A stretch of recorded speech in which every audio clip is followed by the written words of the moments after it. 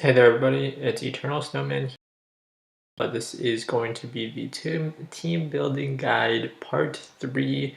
This one is about stall and stall-like playstyles, including semi-stall and whatnot. We will be breaking down a team that is pretty much full stall, but can be considered semi-stall depending on the criteria. And so, what is stall? When should you use it? And what allows it to succeed? Stall is mostly having mostly defensive mons, perhaps one trapper, depending on the metagame and whatnot. So you can't have one offensive mon if it is a trapper. Um, they rely normally on passive damage or waiting out the opponent to be able to win. Each of the mons generally don't hit particularly hard by themselves. However, can either 1v1 specific metagame threats, wall specific metagame threats, or spread status that was able to then sweep, or not necessarily sweep, but just chip the opponent until they slowly die. And it really depends on the metagames, but essentially how stall functions is that they normally have some way to deal with all of the major metagame threats, and while they do that, they are able to then have win condition as they outlast their opponent, as they have more recovery, or are able to somehow threaten those Pokemon that have recovery, or PP stall them, or something like that. So, each stall in different tiers functions mostly the same, and when you use it is depends. So some metagames, it really depends on the meta. There are times when stall is very oppressive, meaning that there aren't enough offensive Pokemon to pressure those defensive cores hard enough, and there are not enough ways to really break those stalls. Sometimes it has to do with trappers. For example, in OU, there was a period in time when stall was super strong because of Dugtrio and its ability to trap any strong offensive threats, and thus paving the way for the defensive cores to be able to then take care of the remainder of the teams. And so stall is very strong in that meta. Right now in Uber, stall is in a healthy spot, meaning that you are able to bring it without really, like, it's not oppressive, but then there's counterplay, but it's not like you will auto lose if you bring it, because there's times when the metagame is so offensive that it's not possible to bring stall. And he was in that spot a while back, and yeah, like I don't think any of the current meta, like Little Cup, for example, is a metagame where stall will never be prevalent because it's hard to be able to actually outlast the metagame threats, and stuff like knockoff is so prevalent that uh, it's hard to be able to really outstall your opponent. So let's break down a team. I will pull one up. It's this team. This is Tyranitar Stall. It's something I built somewhat recently, and I've had a decent amount of success with. And why I'm bringing this team up instead of building my own team is because I am not an expert in stall. In fact, it's by far my least played playstyle. I've dabbled in semi-stall a little bit with some like Dialga semi-stall in Ubers, of course, and it was Dialga Mega Mewtwo X semi-stall, which relied a lot on bulky toxic users, um, and that kind of stuff, but it wasn't true stall in that it wasn't like it didn't use like heal bell and reliable ways of being able to cleanse status and that kind of stuff. So now that we've gone through when you use stall and whatnot, let's go through what you need on a stall team. So stall is the only playstyle that I'd say that it's possible for you to skip stealth rocks. Of course, it's not very good too. However, you should consider that it may be a possibility, because it might not be possible to fit stealth rocks on your team. For example, this one doesn't have stealth rocks. Um, And oftentimes, the most important thing is actually keeping hazards off your side of the field.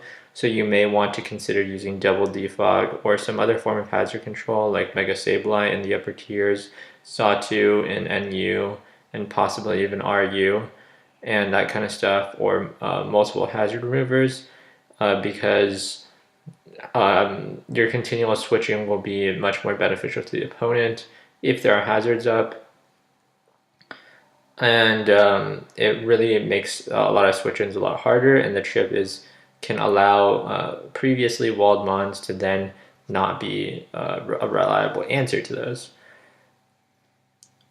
So on this team, for example, because I'm using Ho-Oh and Lugia, two Pokemon that really dislike Stealth Rocks, I've opted for triple defog, one on Ho-Oh, one on Lugia, and one on Arceus-Ground.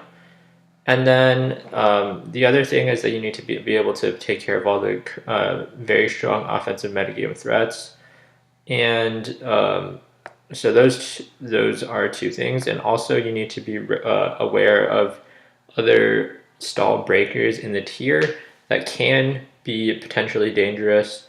And Ubers especially, something that most teams need to be aware of is Gothitelle. You need some way of dealing with the Gothitelle and playing around it.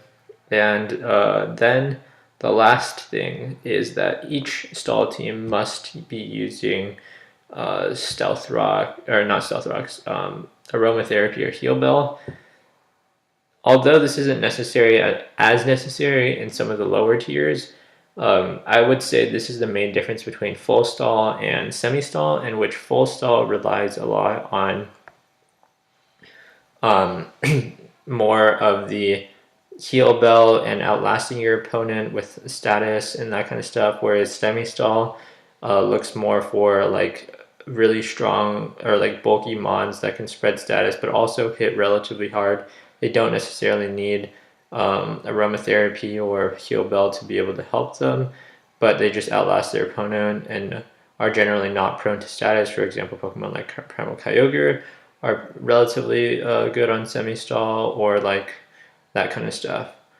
So this team is based around Tyranitar, something I've been wanting to build a stall team around because Tyranitar is very good. It has a lot of strengths in the sense that it walls a good portion of the tier by itself and is also able to, because of Pursuit, help support the rest of its team.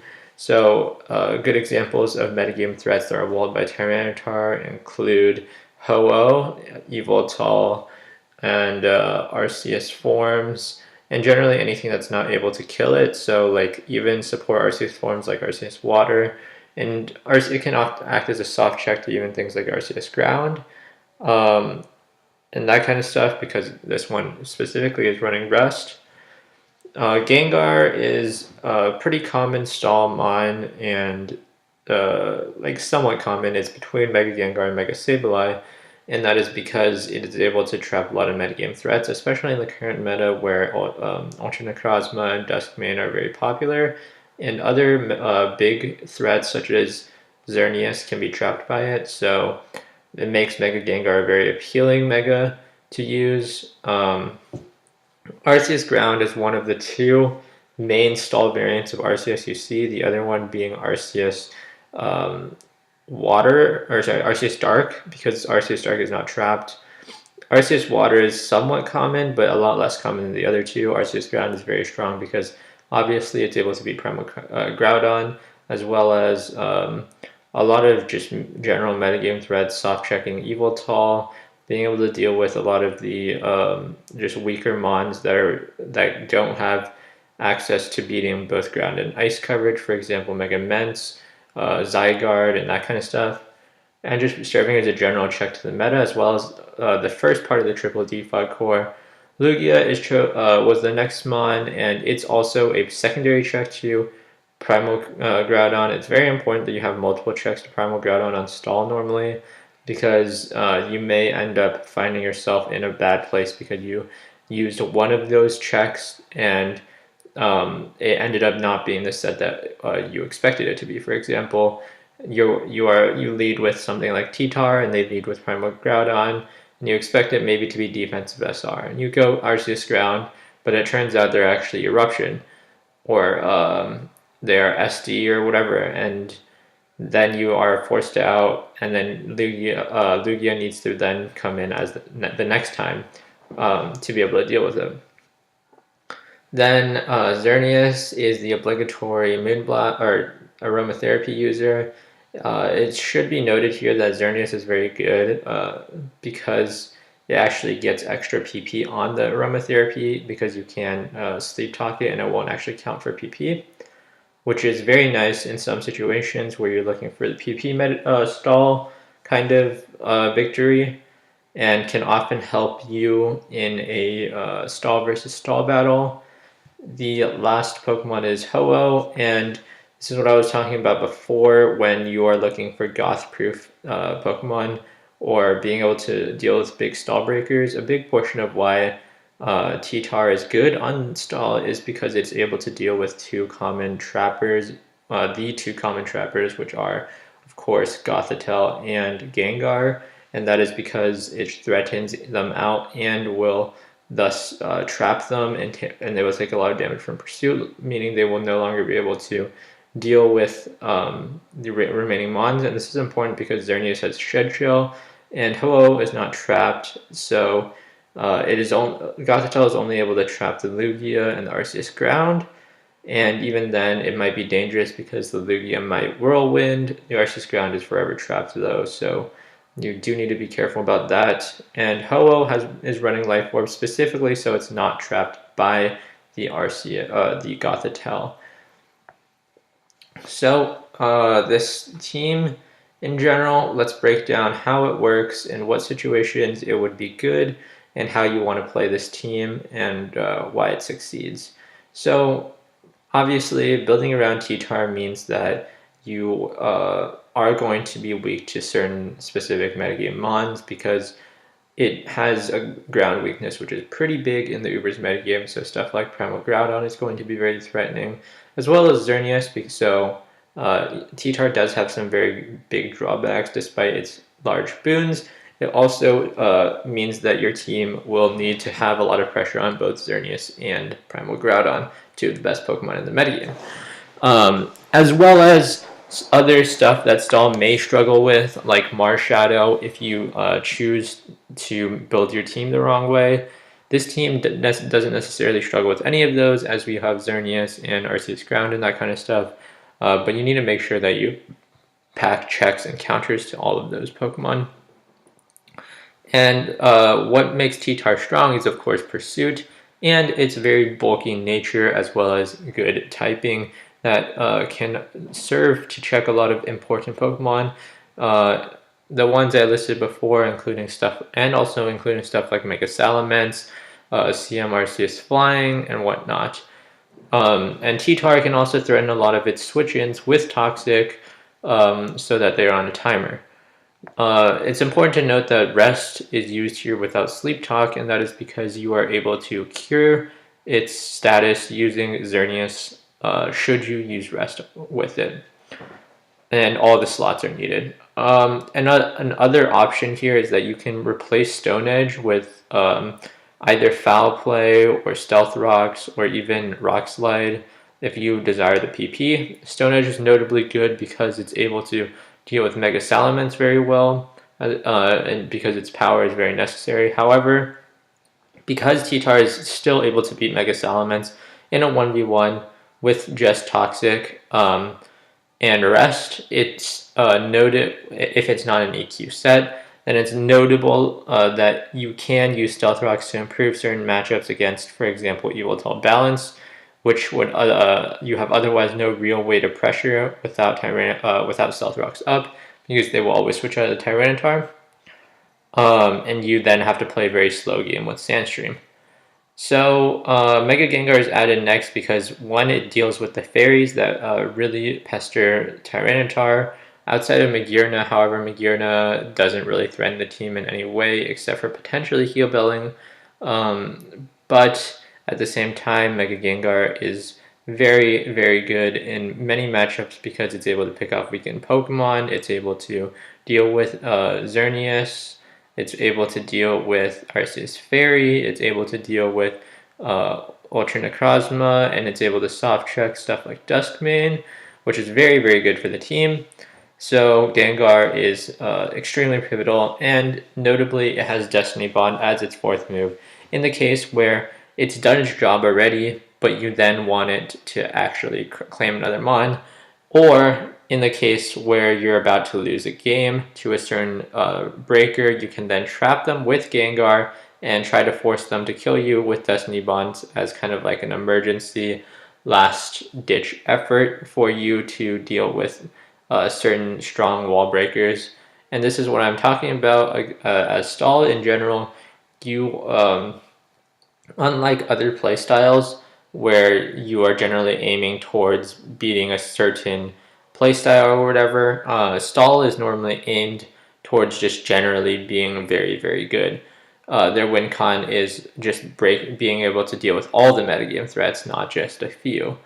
And so, as such, stuff like Destiny Bond are generally outplaying things that allow you to make bad matchups a lot easier are encouraged. So Mega Gengar is with Destiny Bond is very good. And notably, because T-Tar is weak to both Xerneas and Primal Groudon, all the other slots need to not be weak to those Pokemon. Or beat one of those Pokemon. So Gengar is chosen because it's able to beat Scarf Xerneas, as well as any form of Xerneas that's not Geomancy, post-Geomancy. So the +2 version of Xerneas will still beat Gengar. But the team is able to check it with Lugia and Ho-Oh.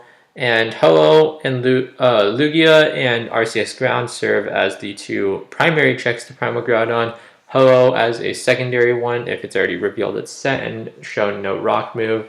Notably, the Ho-Oh set is a minus speed set so that you are able to underspeed the Primal Groudon and Defog after it Stealth Rocks, so that if you Toxic it, then it's able to always die after you. And it's also notable that Ho-Oh doesn't run Recover on this team, because you want the other move slots most notably, and also because Recover has generally been found to not be super useful on Ho-Oh, with the only exception really being beating Yveltal, because it has Regenerator, notably beating Yveltal 1v1. However, because on stall you want to be able to switch to the best Mon in most cases, having Ho-Oh blanket check the Yveltal isn't necessary on this team. So, unlike the Ho-Ohs that you would normally be using on balance, this one does not have Recover. Xerneas is then chosen, so Ho-Oh deals with also all variants of Scarf Xerneas, while Lugia will deal with the Geo-Xern because it only needs to deal with it once with the Whirlwind. And so you want to go Lugia first on any time they send in Xern because you want to know what set it is. And then afterwards you can go with the Ho-Oh if it's Scarf, or deal with it with Lugia or Gengar or whatever. Other metagame threats like Yveltal are checked by Tyranitar. Marshadow is chosen to Marshadow is checked by Xerneas, and also notably Xerneas provides Aromatherapy support, allowing you to beat that as well.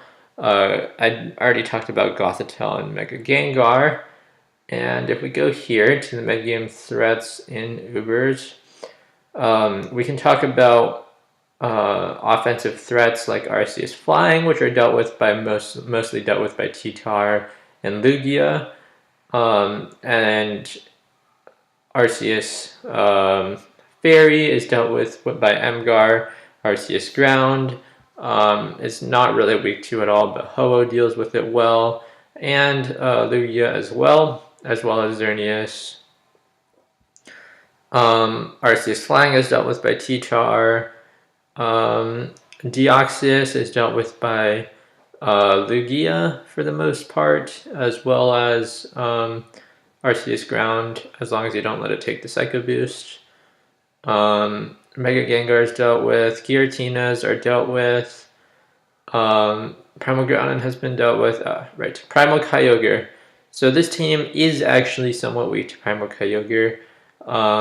your only real answer is Lugia, but I've also found that there isn't really a certain way to deal with the current Mix Ogre set.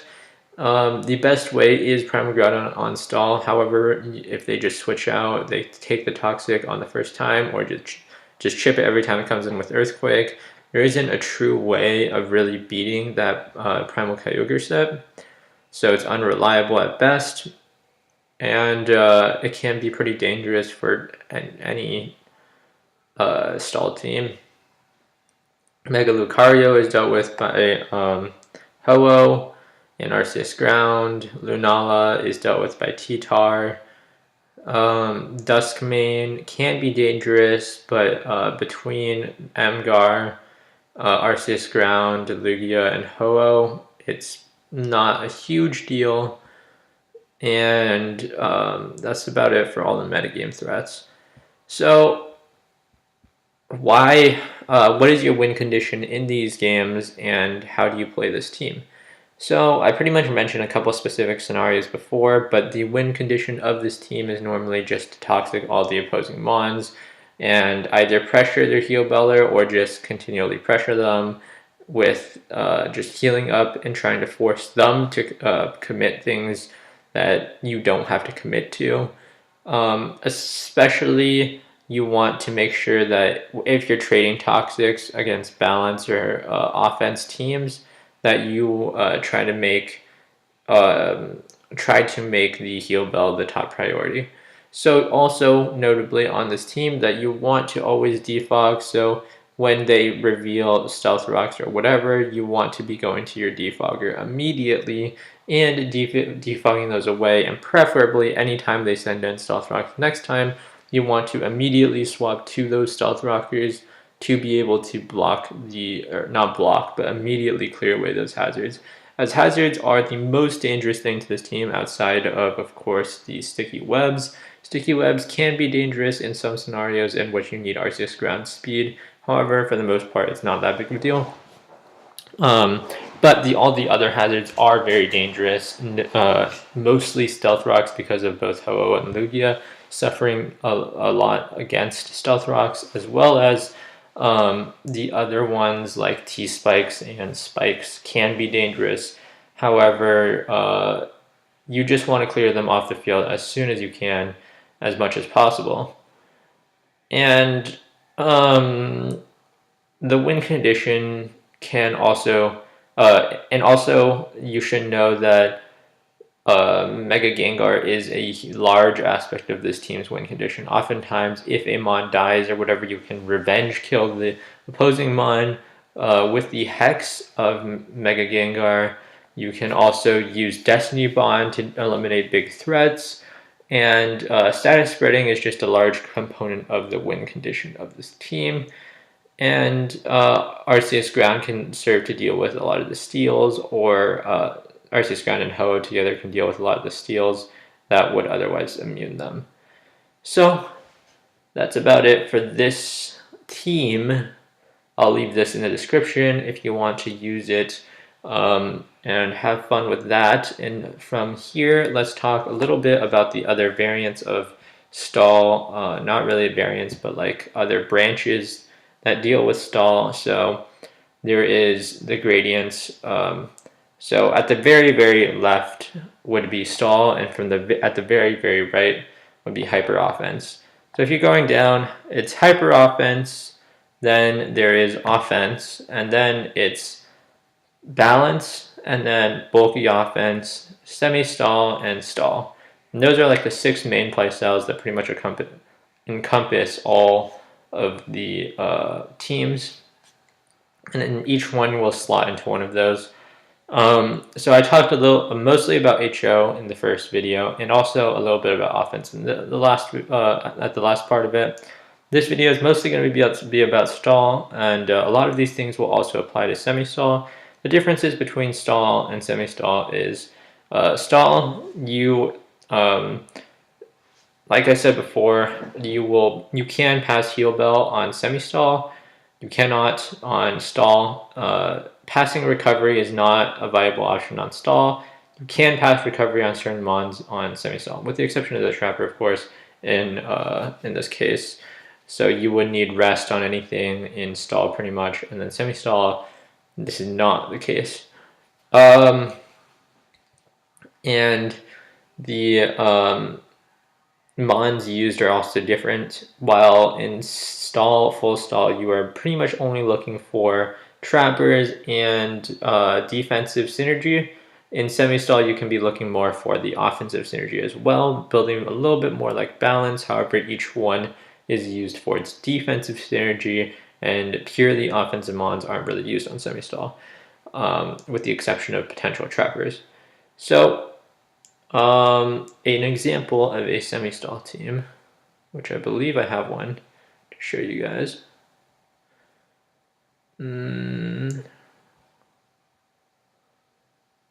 Let us see. Yes, I think this is the one I'm thinking about.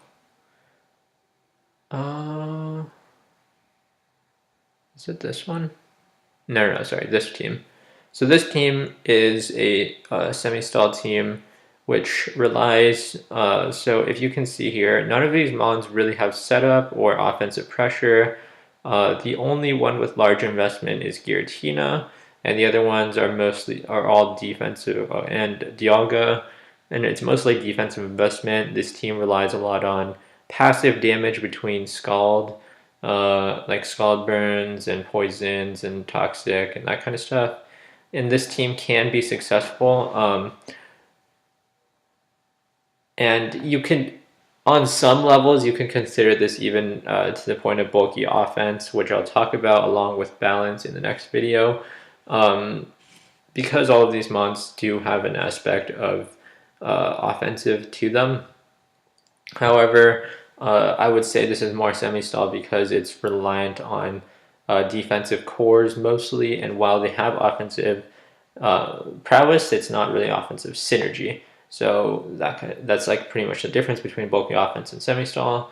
The difference between semi-stall and stall is that these mons are chosen because they have offensive prowess, but not offensive synergy necessarily.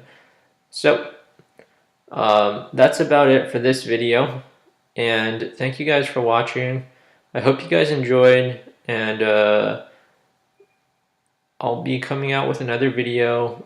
Probably will come out pretty much along with this one about balance, and look forward to that one. I'm going to be building around Mega Mewtwo X, and yeah, the team's going to be down in the description. So bye.